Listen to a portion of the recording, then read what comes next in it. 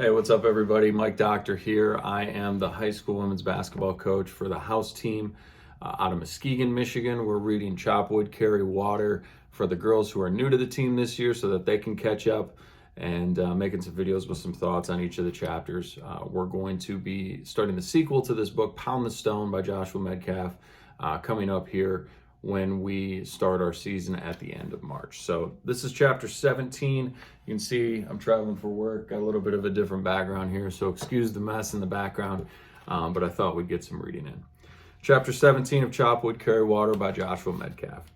One night, John was watching TV alone when a commercial came on.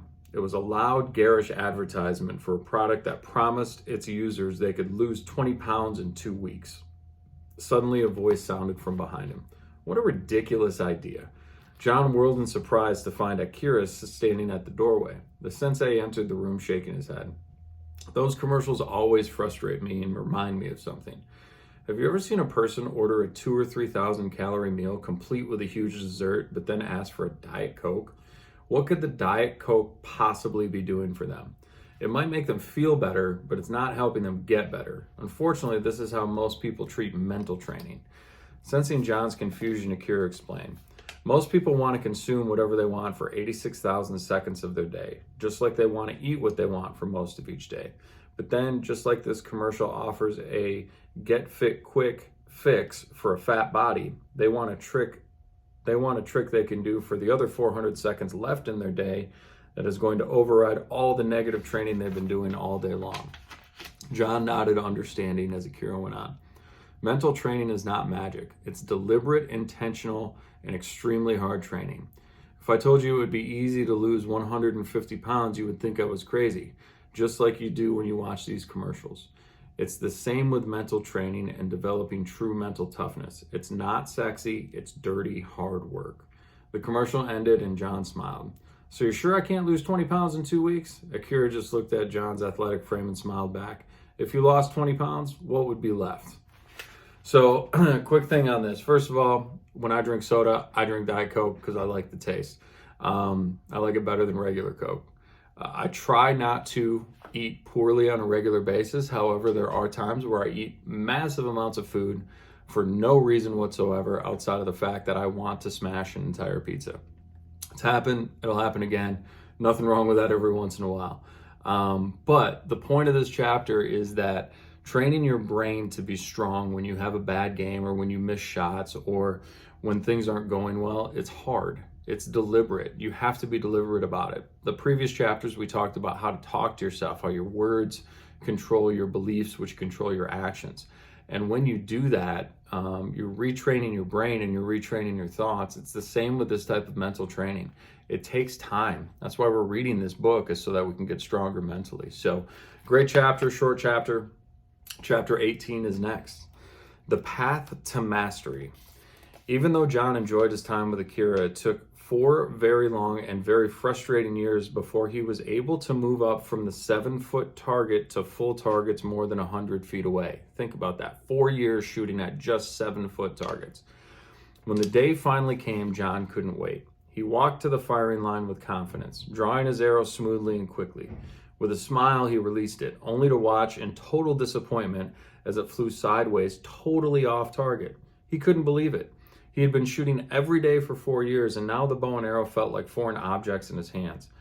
Once again, he wondered if all the time had been a waste. For weeks, he couldn't hit the target. Every day he tried, and every day his arrows flared all over the place. Then one day, Akira went over to check on his progress. John shrugged in total discouragement. I can't hit the target, and I feel like giving up. Maybe I'm just not meant to be a samurai archer. John expected Akira to respond with some of his usual words of wisdom, but instead the old sensei beckoned John to follow him. He walked away from the firing line to a patch of dirt, and he bent down and used an arrow to draw something in the dirt. John peered at the drawings curiously. They looked like this. Maybe you can see those right there, right? And you can see them in your book because you're following along, because you all have a copy. Most of you do, unless you're watching this randomly. What I want, we think that goes in a straight line. How it feels, it goes all over the place. How it actually works,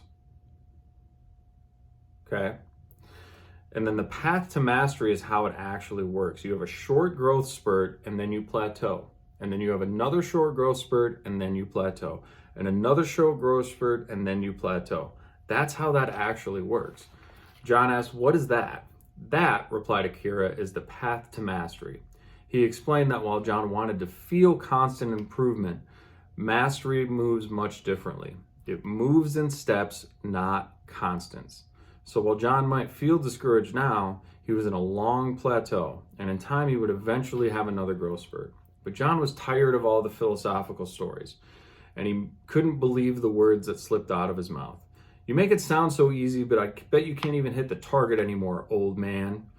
Akira calmly responded, meet me back here at 10 tonight. All right, the drama is building. You're going to have to watch the next video to find out what happens next. But here's the deal.